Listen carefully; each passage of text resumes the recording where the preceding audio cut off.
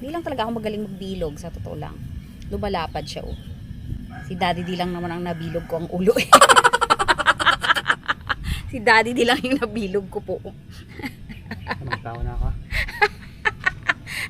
Ay!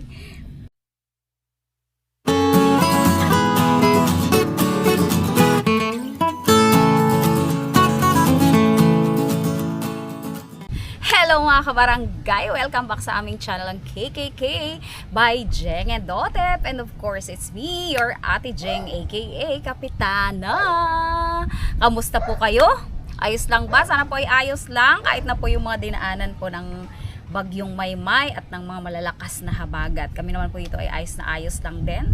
At meron po tayong gagawing merienda for today's vlog.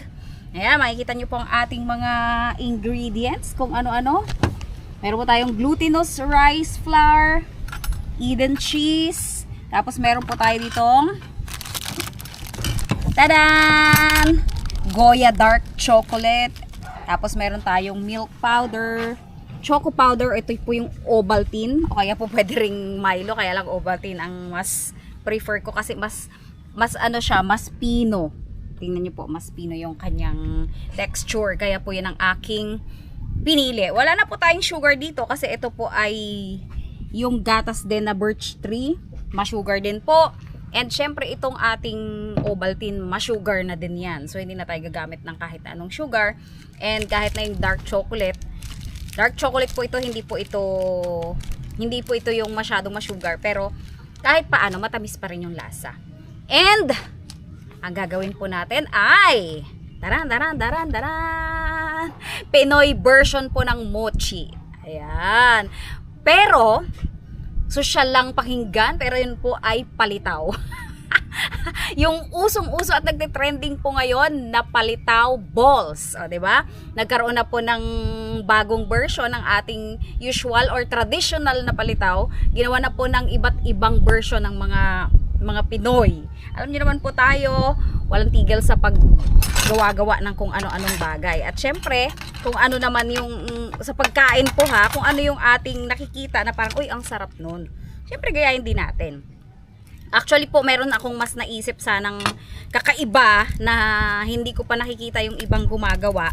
Gagawin ko po sana yung parang sticky rice style siya, pero mochi style din na ganito, Pinoy mochi, palitaw balls na ang palaman po sana ay mangga.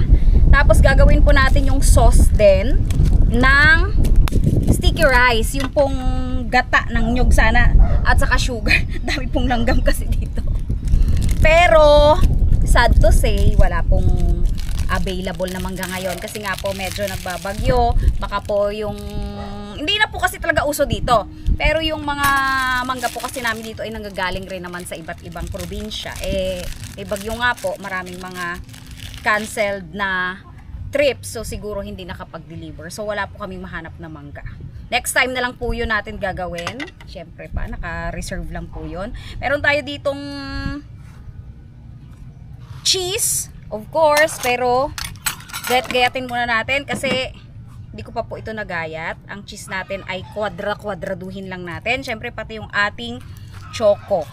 O, dito na po natin ilagay. Kaya natin dinadala yung ating green na patungan. Madami talagang langgam.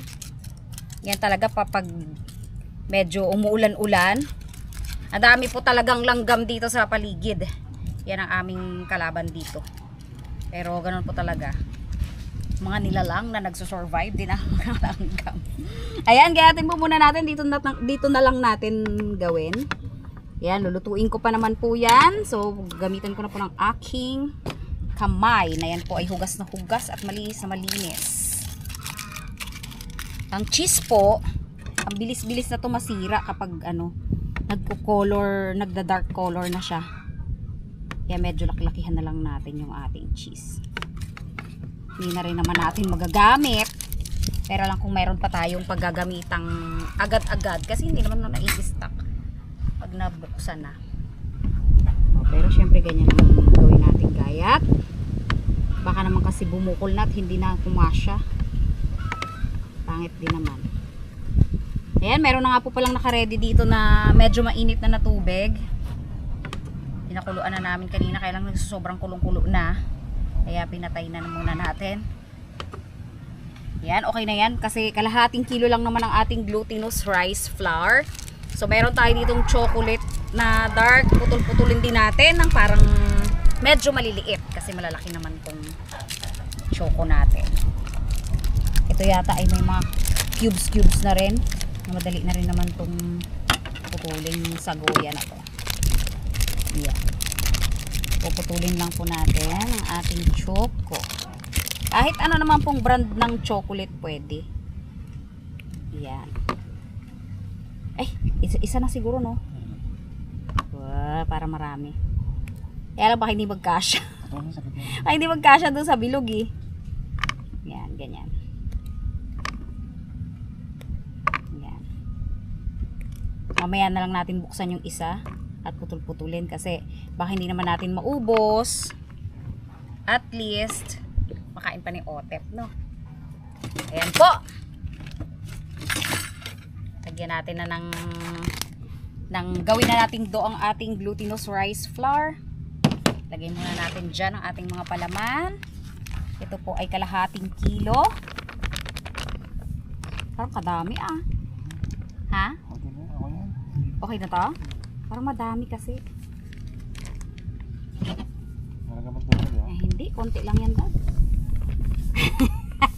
Kasi nga kami nung nagtitim kain, ang dami-dami naming nalulutong ganito eh.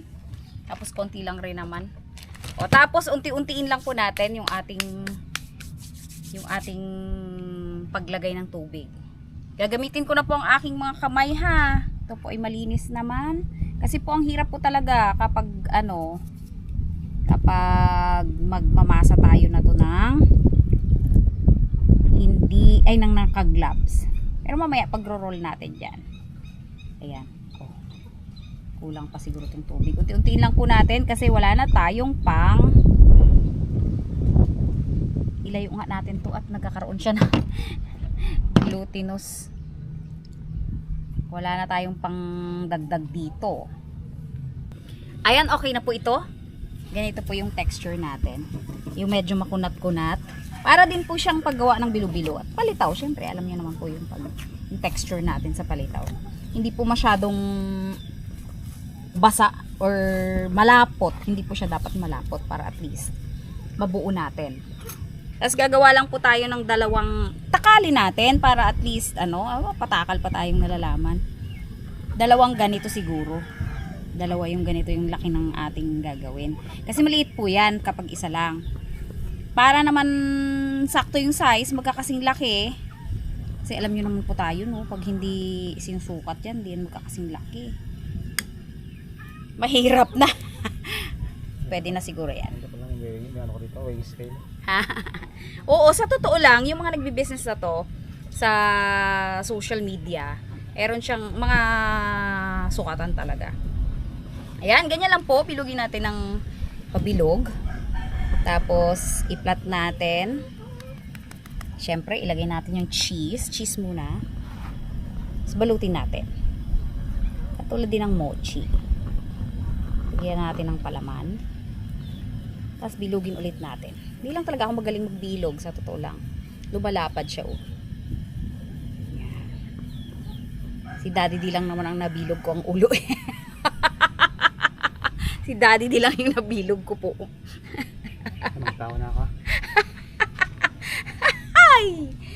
Kaya deads na deads yan eh. Nabilog ko kasi siya eh. Ayan, ganito lang po.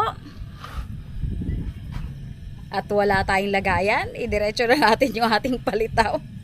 Pagkaluto natin, ay pagkabilog natin, shoot na agad natin sa kumukulong tubig. Para hindi na natin pahabain pa. Aroy, hindi pala siya lubog.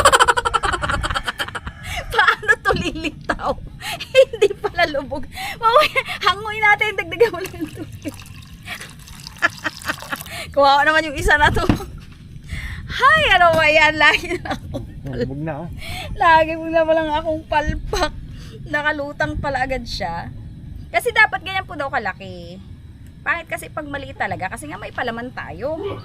Saka hindi naman na siya magiging palitaw balls kung hindi natin siya gaganunin. O, laparin muna natin. Dapat unahin natin yung mga cheese. Kailangan kasi, ano natin yan. Alam natin kung alin yung cheese, alam natin kung alin yung choco. Kasi nga, yung choco, dito natin sa choco powder, iro-roll. Tapos, eto namang cheese ay dito sa milk. Kasi, sila yung nagko-complement. Hindi kasi yung magandang, parang hindi nagko-complement kapag ilalagay natin yung mga may palaman ng cheese doon sa choco powder. Ayan, syempre kukulo naman yan dyan. Baka mag-absorb siya ng water. Itapon muna natin to. Kasi pag hindi pa kulo, baka mag-absorb ng water. Dito muna natin ilagay. Ayan. Ang ganda ng pagkakagawa ko ngayon. Bilog na bilog. Marunong na akong magbilog. Ayan. Dalawang tablespoon. Ito po ay 1 tablespoon kasi. 1 tablespoon ang ating sukatan. Hindi pa siya lumulutang. Medyo matagal maluto yan kasi nga, medyo makapal. Busin muna natin ang ating mga cheese. Bago yung ating. Kaso baka naman mamaya maubos na itong cheese natin. Ganito lang. Hatiin natin. Kailangan hati. Ito na. Yan. Mabilis po itong tumigas kasi malamig, malakas ang hangin ngayon. Medyo mabilis yan siya. Ito, yung dough natin na yan, bilis yan matuyo. Lalo sa mga bilo-bilo noon, kung gumagawa rin kayo mga palitaw, ganyan din, dapat hindi agad-agad nahahanginan. Kumukulo na ba? Kumukulo na rin Lapit na. Oh, di ba? Pare-pareho ng size. Nakakachamba tayo. So, dyan eh. Ayan, nilagay ko na po yung iba. Kasi kulong-kulo na rin naman po. Inilagay ko na. Hindi siya kasing bilis maluto ng mga usual natin na palitaw na maninipis. Ito po ay medyo siya. Medyo mga ilang minuto siguro. Kasi nga, syempre, kailangan maluto muna siya. Ayan. Lumulutang-lutang na yan. Siopaw ay. Parang siyang siopaw. Tingnan nga natin. Baka naman nakalutang na yan. Dito. Ito kasing isa na to nakadikit yan eh. Nakalutang na siya. Nakalutang na yung iba. Hindi ba na maluto? Makapal yan. Makapal kasi po ito. Eto luto na to. Kanina to yung unang-una to eh. Siya yung unang lumutang. Kasi yung kanina pa yan. Lagyan na po natin dyan para matigil na yung cooking process niya. Saka para hindi po magdikit-dikit. Hindi naman po talaga ang palitaw. Yan po yung malinis na water. Mabigat kasi siya kaya hindi siya masyadong lumulutang. Pero yung iba ay lumulutang talaga. Ayan o, malapit na. Lumulutang siya talaga. Kasi isa lumutang din eh. Ito yung pangalawang lagay ko siguro. Ito medyo mabigat-bigat po kasi. Naku! Aabutan pa po yata kami ng ulan. Talaga yan. Kung makikita po ninyo ay dumidilim na. Aabot pa yata sa amin.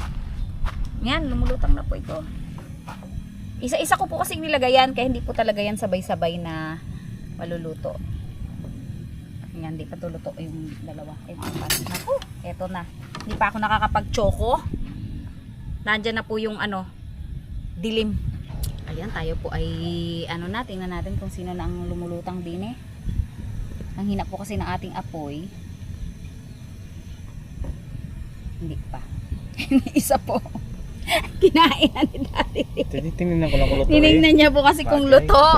Baka Baka po kasi hindi raw maluto kasi nga malalaki. Pero luto naman siya. Hindi maluto. Hindi lahat yan. Yan, hindi pa siya lutang. Ay, ito nalutang. Mamaya na natin kunin. Kasi pwede naman po siyang mamaya na natin siya kunin para at least lutong-luto. Makasigurado talaga tayo. Ayan, nagsilitaw na po talaga. Tunay na to. Kasi lumakas ng konti yung apoy nung medyo humina yung hangin.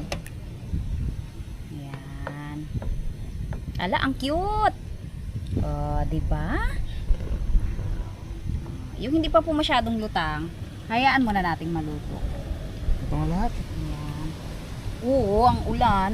Hindi pa lutang yan, oh. Ito, lutang na to.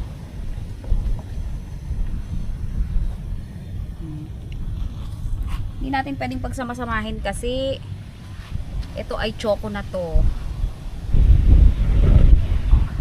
Oh, di ba? Palitaw balls at cheese. Hanguin na natin ang last cheese para mailagay na natin yung mga choco natin. Though medyo maliliit naman yung choco kasi mas maliit yung cut ng choco, so nung binilog natin, mas maliit siya. Ala, ang cute! Ay, ka-achieve talaga. Parang ngayon ako O, naka-perfect na naman tayo.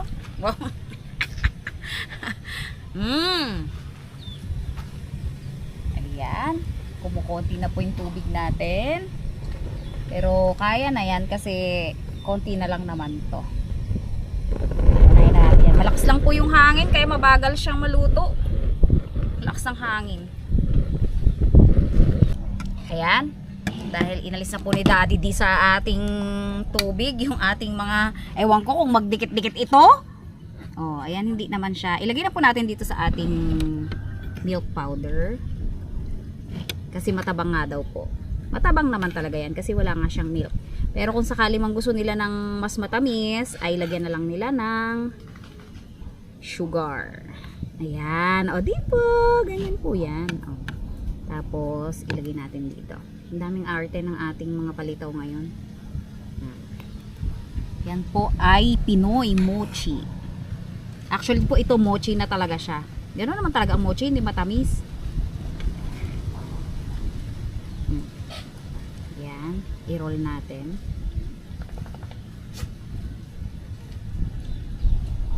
Wow, napaka-cute naman. Achieve ang ating Pinoy mochi. Oh. Tuwang-tuwa pag naka-achieve, no? Siyempre, gaya-gaya lang po tayo pag na-perfect natin. Pero kung sa susunod po talaga, gagawin ko talaga yung mangga. Kasi ang sausawan po noon ay iba. Sarap. Na-imagine ko na agad. Na-imagine ko na agad na tataas ang sugar ko doon. Utang na. Ha? Utang na. Gutom na. Utang. Lutang na? Lumulutang na yung ating choco? Teka lang. Unahin muna natin to.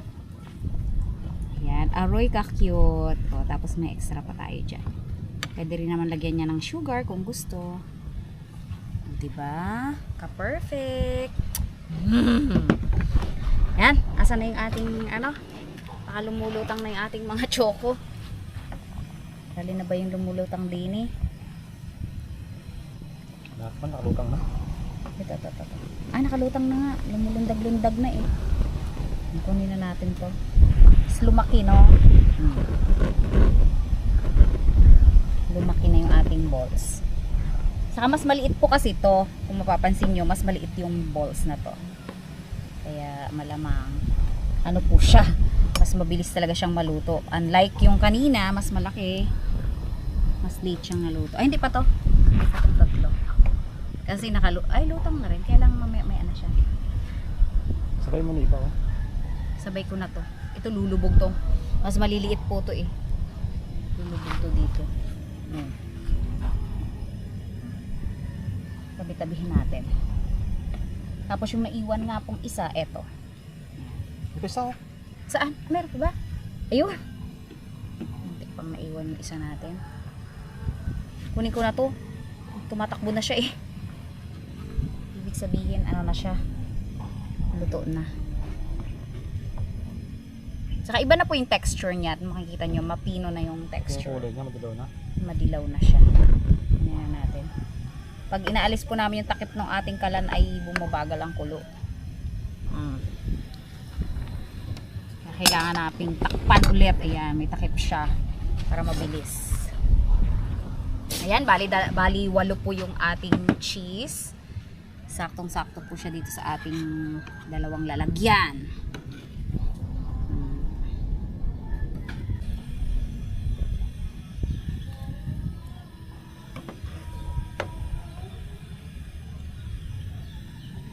Okay. Lagay muna natin dito para medyo ano yung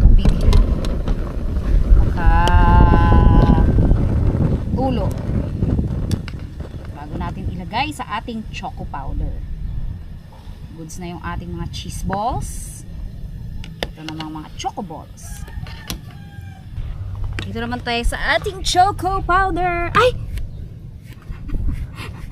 Naanuhan na ng hamog. Tumigas na. Medyo tumigas po yung ating choco powder. Pero marami pa naman po akong Ovaltine doon. No worries. Ayan. Pinalitan ko po yung ating choco powder, yung Ovaltine kasi po nag-moist nga po kanina dahil po siguro yun sa ating singaw nung niluluto natin. Ayan. Nag-moist.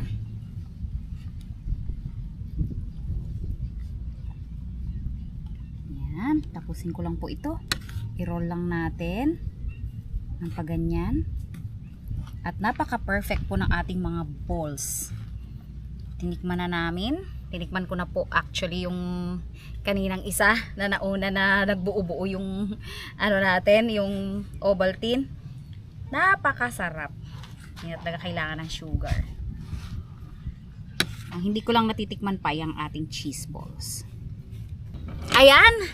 Ito na po yung ating presentation. Wow! Ito yung iba po. Mabilis po talagang mabuo. Ma-moist po yung hangin dito sa paligid. Kaya po siguro talagang ang bilis niyang gumanon, mabuo. Tingnan nyo po, oh, nagme-melt siya. Kasi medyo mainit din po yung ating palitaw. Pero grabe, achieve na achieve ang Choco Effect. Oh, tingnan nyo naman, oh, nakakapakaganda. Oh, ito rin, oh. Yung ating milk, oh. Oh, ay, ka-perfect. Ayan, syempre, pagtitikiman time tayo. Ayan. Ayan. Kumakain ako ng choco. Pero ito kakainin ko. Para hindi masyado matamis. Ito kasi matamis may choco. Nalulusaw po siya sa hangin dito sa labas. Tingnan po natin yung loob. Kung gaano ka perfect. Wow! Perfect talaga. Ayan. O, tingnan nyo naman.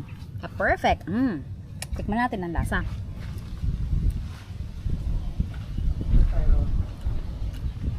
Kakunat! Mochi-mochi! Moching-mochi! Pero po kakabunot ko lang ng ngipin ko.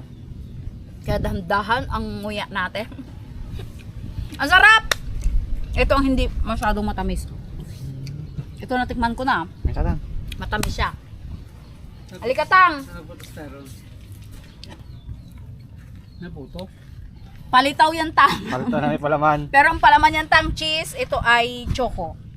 Chocolate. Kung anong medyo malapit-lapit sa inyong sikmura. Busog pa ako eh. Ang sikmura pa naman ni Tatang ay kakaiba. O, Tikim medyo matamis to. Tikim. Tikim lang. Tingnan nyo siya. Ay, palitaw. Palitaw to, Tang. Palito daw nga may palaman tang. Kaya lang maano siya. Ayan, oh, may choco siya. Ayan, tingnan nyo po yung choco. Oh, di ba? Kaya lang ang bilis pong malusaw ng ating ano talaga dahil malakas po yung hangin dito sa labas. Grabe po. Natitempo ako sa choco pero matamis po talaga. Matamis siya pero natitempo ako. Kaya otip na lang. Testing. Nakakain na kasi ako kanina eh. Dito na lang ako sa ano, sa cheese. Tingnan nyo naman po yung cheese, oh. Ano po pala talaga? Yung palitaw pala natin. Kasi ang mochi naman po ay parang rice cake or ano din siya eh. Sarap. Sarap po siya. Kaya lang si Tatang ay busog dahil Double. ano din po siya, naka-double siya. Tapos lang ng nasa harabas eh. Pagkakain namin, nag-vlog din yung harabas. Kaya double ang ano ni Tatang. Double Konti cake. lang Tang etikim. Baka mamaya mag-ukad si Tatang. Kaya ko yung photo na yun. Okay, ipingin tang. Manaiwan. Ang sarap po na to. Magugustuhan din to ni Otep. Hindi sa kutsara. Yun nga, makunat sa Tang. Dikit. Yun yung parang mochi talaga. Yung iba po na to sa mga sa black app at saka sa orange app. Sobrang laki ng sales po nila, nakakagulat. Pero ang delivery po nila around lang doon sa mga area nila. Kumbaga po yung within kinabukasan lang. Hindi ko po alam kung anong nilalagay nila. or talagang dinideliver lang nila sa ano lang, Shopee checkout lang sila. Kaya mabilisan. Tapos yung mga ano po, meron kasi itong ginagawa na cheese sauce. Parang overwhelming naman na po ang lasa. Ito nga choco sauce, naging choco sauce po siya eh. Parang nagiging sobrang overwhelming na po. Pero ang sarap talaga. Medyo matamis lang. Nalusaw na yung tsokolate niya. And talagang magsuso, nalusaw ano? yung tsokolate niya, tang. Hindi na nga ang gusto ko nga pang isang subukan yan, tang, yung mangga kasi wala Hindi, pa kasi mangga ngayon. kung narip sa kulan, titigas ang ano. Yung sa talo. choco. Oo. Kung nalagay nga sa ref, sa bagay. Pwede din. Kasi dito mahangin nga, tang. Na ano nga siya, ito nga, itang yung chocolate na, yung Ovaltine, tingnan nyo naman ang nangyari. Sa ano lang yan? Sa hangin dito sa labas. Kala ko yung singaw ng ano po ng niluluto namin kanina. Hindi pala. Kaya dinala ko na yung lalagyan niya. Kasi nga, mabilis siyang tumigas. Ganun pala ang ano niya pag nandyan siya sa, naka-expose siya sa Okay lang isa. hangin. Busog pa eh, baka maubi lang lakan dyan. Kaya nga. Baka reklamo yung alaga. Yung alagang ukad. Yung alagang May ukad. alaga tayong quad. Yung alagang ukad. Ayan. Thank you so much po. Nakahirin talaga. Kaya nga tawag si Tyron, binilinan ko. Kukutsarahin ha. Putol-putulin kasi nakahirin yan. Mochi na mochi po talaga. Yung mochi talagang pag kahit yung binibili natin sa groceries, ganyan siya nakakahirin. Kaya hindi siya pwede sa mga bata. Hindi ko pinapakain yan si Otep nung maliit kasi dumidikit talaga siya sa lalamunan. Parang palitaw, yung palitaw din ganyan. Ayan, thank you so much po sa mga patuloy na sumusuporta sa aming channel kahit medyo madalang po ngayon dahil may pasok na po talaga kami. God bless po and sana po safe tayong lahat. Keep safe po. Bye! Sige po, salamat sa panood.